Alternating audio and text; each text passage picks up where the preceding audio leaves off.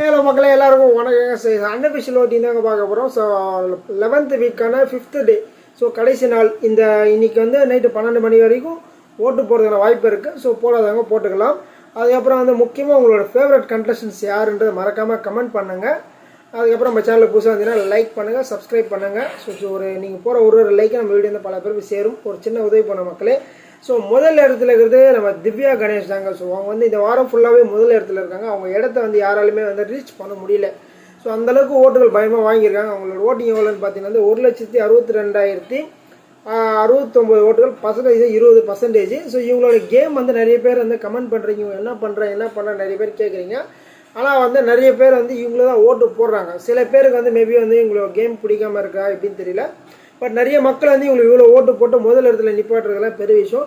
So இப்போ காலா வினோத் அவர்களுக்கு அப்புறம் அதிகமான ஓட்டு இவங்களுக்கு தான் வந்திருக்கு. ஸோ அவருக்கு ஒரு வாரத்துலேயே 3 லட்சம் ஓட்டெல்லாம் வந்திருக்கு. ஸோ அதில் பாதி 160 கிட்டே இவங்களுக்கு வந்திருக்கு. ஓகேங்களா, இவங்களோட கேம் மக்களுக்கு நிறைய பேர் பிடிச்சிருக்கு போல இருக்குது. அதனால் மக்கள் தள்ளி அடிச்சு தள்ளுறாங்க.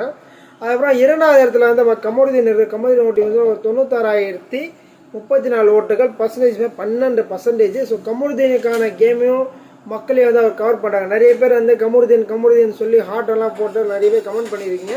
ஸோ கமருதீனுக்கு அந்தளவுக்கு ஃபேன்ஸ் இருக்காங்க போல இருக்குது. அவருமே இன்னைக்கு டாஸ்க் கூட நல்லா விளையாடினார். ஸோ ஓரளவுக்கு முடிஞ்ச அளவுக்கு டஃப் கொடுத்தாரு. எனக்கு தெரிஞ்ச அவர் தான் வின்னாகிறதுக்கான வாய்ப்புகள் இருக்குது அப்படின்னு நினைக்கிறேன். ஸோ தலை பதவிக்கான எல்லா வாய்ப்புகளும் அவருக்கு இருக்குது. அந்தளவுக்கு கேம் விளையாடி இருக்காரு. ஸோ எப்படின்றத வெயிட் பண்ணி தான் பார்க்கணும். அதுக்கப்புறம் இந்த 3வது பொசிஷனில் ஆரோரா இருக்காங்க. ஆரோரா ஓட்டிங் பார்த்தா 87,510 ஓட்டுகள், பர்சன்டேஜும் 11% எடுத்துருக்காங்க. ஸோ ஆரோராவோட கேமே ரொம்ப இம்ப்ரூவ்மெண்ட் ஆனதால 3rd பொசிஷனில் வந்திருக்காங்க. அவங்களாம் எப்போயும் வீட்டுக்கு போக வேண்டிய நபர். ஸோ அவங்க அப்படியே கொஞ்சம் கொஞ்சமாக லீட் பண்ணிட்டு 3rd பொசிஷனில் வந்திருக்காங்க. ஸோ ஓட்டுகளும் மக்கள் அவங்களுக்கு கரெக்டாக குவிக்கிறாங்க. ஸோ கரெக்டான வேலிடான பாயிண்ட்ஸ்லாம் பேசுகிறாங்க, கரெக்டாக இருக்காங்க. கேமுக்கான டிசர்வ்டு பர்சன்னு சொல்லலாம் அவங்கள. ஓகேங்களா, இதுக்கு முன்னாடி இருந்த ஆரோரா வேறு, இப்போ இருக்கிற ஆரோரா வேறு, நிறைய மாற்றங்கள் வந்திருக்கு. ஸோ டே பை டே மாற்றங்கள்ன்றது ஸோ பிக் பாஸில் இப்படியே இருக்கணும் அப்படின்னு நான் எக்ஸ்பெக்ட் பண்ணுறேன். அதுக்கப்புறம் 4வது இடத்துல நம்ம பார்வதி இருக்காங்க. பார்வதியோட ஓட்டிங் பார்த்தீங்கன்னா 82,755 ஓட்டுகள், பர்சன்டேஜ் 10%. ஸோ பார்வதிக்கான கேம் ரொம்ப கம்மியாகிடுச்சுங்க. ஸோ அவங்களோட ஃபயர் கேமெல்லாம் வேறு லெவலாக இருந்துச்சு, சூப்பராக இருந்துச்சு. அவங்க கேம்லாம் ஃபயர்லாம் இருந்துச்சு. ஸோ பட் அவங்க கேமெல்லாம் அப்படியே அடைக்கிட்டு அப்படியே அந்த லவ் கண்டென்ட் உள்ளே வந்துட்டு அவங்க அப்படியே ஒரு மாதிரி ஆகிட்டாங்க. இன்னைக்கு ஃபுல்லாக வேறு கனிக்கிட்ட பேசியிருந்தாங்க. ஸோ ஃபேமிலி டாஸ்க் வரதில்ல, பிக் பாஸ் சொன்னார்ல, இந்த டாஸ்க் ஒன்று கொடுத்து இந்த டாஸ்க்கில் யார் வின் பண்ணீங்களோ அவங்க ஃபேமிலி 24 ஹவர்ஸ் இருக்கலாம்னு மாதிரி சொல்லியிருந்தாங்க. அதுக்காக கனிக்கிட்ட ரொம்ப போராடின்னு இருக்காங்க. எங்கள் அம்மா வரணும், நான் என்னோடய கதையெல்லாம் எக்ஸ்பிளைன் பண்ணேன், எனக்கு 24 ஹவர்ஸ் டைம் வேணும். ஸோ ரொம்ப ரிக்வஸ்ட் பண்ணியெல்லாம் கேட்டிருந்தாங்க. பட் கனி என்ன சொல்கிறாங்கன்னா, என்னோட பசங்க வரணும், அவங்க நல்லா என்டர்டெயின்மெண்ட்டாக இருக்கணும் மாதிரி அவங்க ஒரு பக்கம் சொல்லிட்டு இருக்காங்க.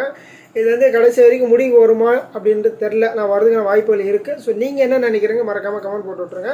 அதுக்கப்புறம் 5வது பொசிஷனில் நம்ம சபரி இருக்கார். சபரியோட ஓட்டிங் பார்த்தீங்கன்னா 71,731 ஓட்டுகள், பர்சன்டேஜ் பார்த்தீங்கன்னா 9%. ஸோ சபரிக்குமே நிறைய பேர் ஃபேன்ஸ் இருக்காங்க, நிறைய பேர் கமெண்ட் போட்டிருக்காங்க. ஸோ சபரியோட கேம் எப்படி போயிடும், ரொம்ப நியூட்ரலாக போயிட்டுருக்காரு. ஸோ ரொம்ப நியூட்ரலாக டே 1லேருந்து அவர் ஃபுல்லாக நியூட்ரலாக அதுதான் ப்ளே பண்ணிகிட்டு இருக்காரு. ஸோ இது கேம் ஓகே நல்லா தான் இருக்குது. ஃபஸ்ட்டை விட கம்பேர் பண்ணும்போது இப்போ ஓரளவுக்குல ஸோ எவ்வளவோ பெட்டர். இவர் இந்த கேமில் எப்பயோ சபரி காட்டியிருந்தாருன்னா ஸோ மக்கள் இன்னும் அந்த சபரிக்கான ஓட்டுகள் நிறைய போட்டிருப்பாங்க. பட் அந்த ஒரு விஷயத்தை சபரி மிஸ் பண்ணிட்டாரோ அப்படின்ட்டு எனக்கு தோணுது. ஸோ நல்லா ப்ளே பண்ணி தான் நல்லா இருந்திருக்கும் அப்படின்னு நினைக்கிறேன். அப்போ 6வது இடத்துல சாண்ட்ரா இருக்காங்க. சாண்ட்ராவோட ஓட்டிங் பார்த்தா 63,123 ஓட்டுகள், பர்சன்டேஜ் பார்த்தா 7% எடுத்திருக்காங்க. ஸோ சாண்ட்ராவோட பர்ஃபார்மன்ஸே இந்த வாரமே டிசைட் பண்ணிட்டாங்க.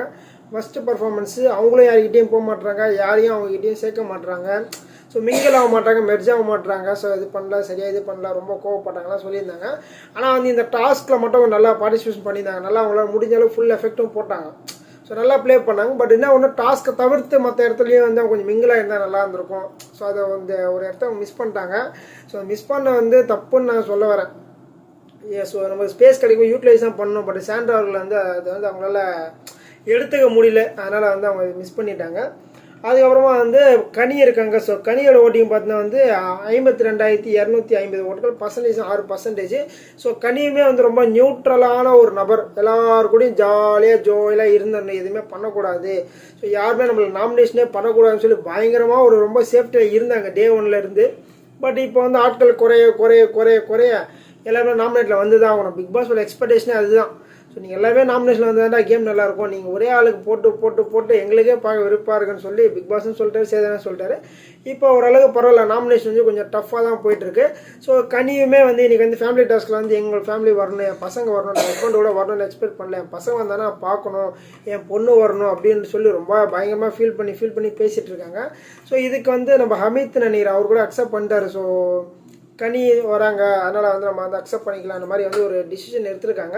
பட் இன்னும் அது ஃபைனலைஸ் ஆகலை. ஸோ யார் ஃபேமிலி 24 hours உள்ளே இருக்கலாம் அப்படின்றது வந்து இன்னும் ஃபைனலைஸ் ஆகலை.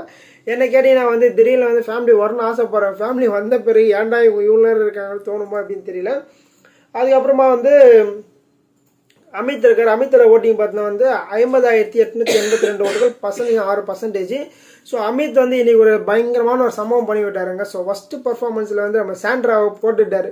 ஸோ ஏன்னா வந்து சாண்ட்ரா வந்து ஃபுல்லாக அமித் கூட தான் பேசிட்டு இருந்தாங்க, அமித் கூட தான் ட்ராவல் பண்ணிட்டு இருந்தாங்க. ஸோ அமித் வந்து ரொம்ப அவங்களோ பேசுனாங்க, இவங்களோ பேச 2 பேரும் பேசி தான் இருந்தாங்க. ரொம்ப நேரம் சாண்ட்ராவோட ட்ராவல் பண்ணிட்டு, பட் இன்னைக்கு வந்து அமித் வந்து சாண்ட்ராவோட ஃபஸ்ட்டு பர்ஃபார்மன்ஸ் கொடுத்தாங்க. சாண்ட்ராவில் அக்செப்டே பண்ண முடியல, அமித்னு எப்படி பண்ணிட்டாருன்ற மாதிரி ரொம்ப கோவத்தில் இருக்காங்க. இது கேம், அவ்வளோதான். ஸோ கேம் வந்து எப்படி நீங்கள் ப்ளே பண்ணுறீங்களோ அதுக்கேற்ற மாதிரி தான் வந்து நம்ம ஓட்டிங் போடுறதோ வந்து ஏதோ பண்ணுறது. ஃபஸ்ட்டு பர்ஃபார்மன்ஸ்ன்றது தவறு கிடையாது, நீங்கள் வந்து திருத்திக்கணுன்றது தான் ஃபஸ்ட்டு பர்ஃபார்மன்ஸ். எல்லாமே என்ன நினைக்கிறாங்கன்னா நம்ம ரொம்ப ஒஸ்ட் ஆகிட்டுமேன்றாங்க. ஸோ சாண்ட்ராவோட ரீசன் என்னென்னா அவங்க வந்து கரெக்டாக வந்து எல்லாரும் கூட மெர்ஜ் ஆகலை, டாஸ்கில் ரொம்ப ஜாலியாக என்ஜாய் பண்ணிவிட்டு சூப்பராக இருந்தாங்க. ஏன்னா இவங்களாம் ஒரே டீமாக இருந்தாங்க, வினோத், திவ்யா, அமித் இவங்களாம் ஒரே டீமாக இருந்து திடீர்னு நம்ம டீமுக்குள்ளேயே வந்து அமித் பண்ணிட்டாரு அப்படின்ற மாதிரி வந்து கொஞ்சம் கோவத்தில் இருக்காங்க. அதுக்கப்புறம் பார்த்தா சுபிக்ஷா இருக்காங்க. சுபிக்ஷாவோட ஓட்டிங் பார்த்தா வந்து 49,923 ஓட்டுகள், பர்சன்டேஜ் 6%. ஸோ சுபிக்ஷா வந்து என்ன சொல்கிறேன்னு தெரியல, நேற்று ஒரு சின்ன தவறு பண்ணிட்டாங்க.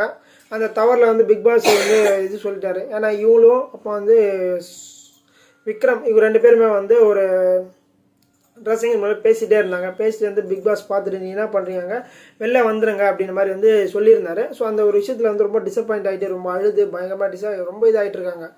ஒன்றும் சொல்ல, ப்ரைவேட்டாக பேசாதீங்க, எது இருந்தாலும் வந்து இங்கே வெளியில் வந்து பேசுங்க, நீங்கள் எப்படியும் அந்த நாமினேஷன் பற்றி டிஸ்கஸ் பண்ண போகிறீங்க, மற்றபடி எதுவும் பண்ண போகிறது இல்லைல்ல அப்படின்ற மாதிரி வந்து பிக் பாஸ் கூப்பிட்டாரு. ஸோ எல்லாருமே ஜென்ரலாக கூப்பிட்றது, அது கூப்பிட்றதுலேருந்து அவங்க ரொம்ப எமோஷன் ஆகிட்டு தேம்பி அழுது வேறு மாதிரி ஆகிட்டு இன்றைக்கி தான் ஓரளவுக்கு ஒரு கண்ட்ரோலில் வந்தாங்க.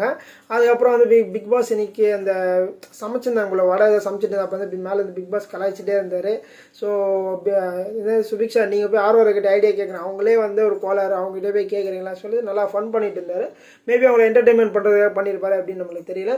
அதுக்கப்புறமா பார்த்தீங்கன்னா வந்து நம்ம 10வது பொசிஷனில் எஃப்ஜே இருக்கார். எஃப்ஜேயோட ஓட்டிங் பார்த்தா 47,779 ஓட்டுகள், பர்சன்டேஜ் பார்த்தா 6%. ஸோ எஃப்ஜே வந்து இன்றைக்கி கொடுத்த அந்த பலூன் டாஸ்கில் வந்து கொஞ்சம் முடிஞ்ச அளவுக்கு நல்லா ஸ்ட்ராட்டஜி ப்ளே பண்ணார், நல்லா ஓகே தான். ஸோ ஆதிரை வந்து ஆர்வரெல்லாம் கத்திட்டு இருந்தாங்க, யாரை செலக்ட் பண்ணால் எஃப்ஜே செலக்ட் பண்ணியிருக்காங்க, நல்ல ஒரு ஸ்ட்ராட்டஜி தான்.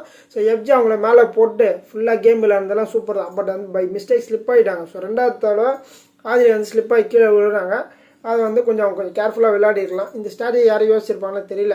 எனக்கு தெரிஞ்சு இது வந்து நம்ம திவ்யா அவர்கள் தான் சொல்லிட்டு இருந்தாங்க, நான் கிச்சனில் இருக்கவும் சொல்லிட்டு இருந்தேன், நான் அவங்களை தூக்கி மேலே வச்சுக்கோ சம்திங் சொல்லிட்டு இருந்தேன். ஏன்னா அவங்க தான் லெட்டர் படித்தாங்க, அது படிக்கும்போது இந்த ஐடியா வந்து அவங்க தான் கொடுத்துருப்பாங்க அப்படின்னு நான் நினைக்கிறேன். அப்போ கடைசியாக இருக்கிறது வந்து நம்ம ஆதிரை இருக்காங்க. ஆதிரையோட ஓட்டிங் வந்து 30,530 ஓட்டுகள், பர்சன்டேஜ் வந்து 3%.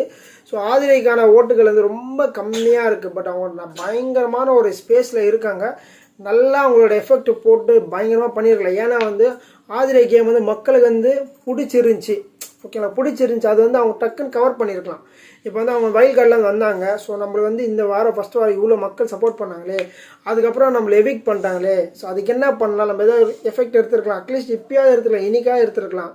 ஏன்னா இந்த வீக் வந்து அவங்கள வந்து மேபி அவங்கள வெளியில் அனுப்புறதுல வாய்ப்புகளும் இருக்குன்ற மாதிரிலாம் இருக்குது. ஸோ இந்த மாதிரி டைமில் வந்து அவங்கள யூட்டிலைஸ் பண்ணி தான் நல்லாயிருக்கும் நான் நினைக்கிறேன். ஸோ மக்கள் உங்களோட கருத்துக்களை இருந்தால் மறக்காம பார்த்தீங்கன்னா அடுத்த வீடியோ சந்திக்கலாம். நன்றி.